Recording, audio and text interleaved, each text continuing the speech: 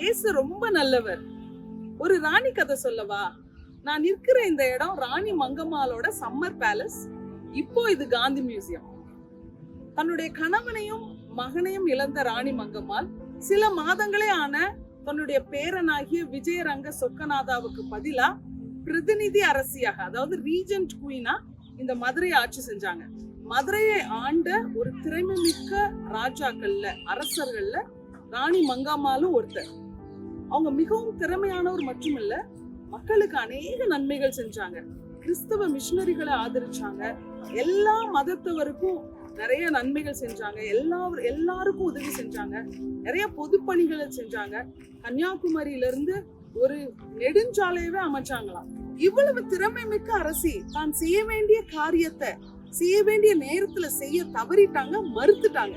தன்னுடைய பேரன் வயதிற்கு வந்த பிறகும் அந்த ஆட்சியை தன்னுடைய பேரன் கையில கொடுக்க அவங்க விரும்பல. அந்த பவரை விட்டு கொடுக்க அவங்களுக்கு மனசே இல்லை. அதனால என்ன ஆச்சு தெரியுமா? அவங்களுடைய இறுதி காலம் துயரமாவும் மர்மமாவும் போயிடுச்சு. சில கதைகள் சொல்லுகிறது அவர்கள் சிறைப்பிடிக்கப்பட்டு பட்டினியிலேயே இறந்தாங்க என்று. நம்ம பிரசங்களை வாசிக்கிறோம். எல்லாவற்றிற்கும் ஒரு காலம் உண்டு.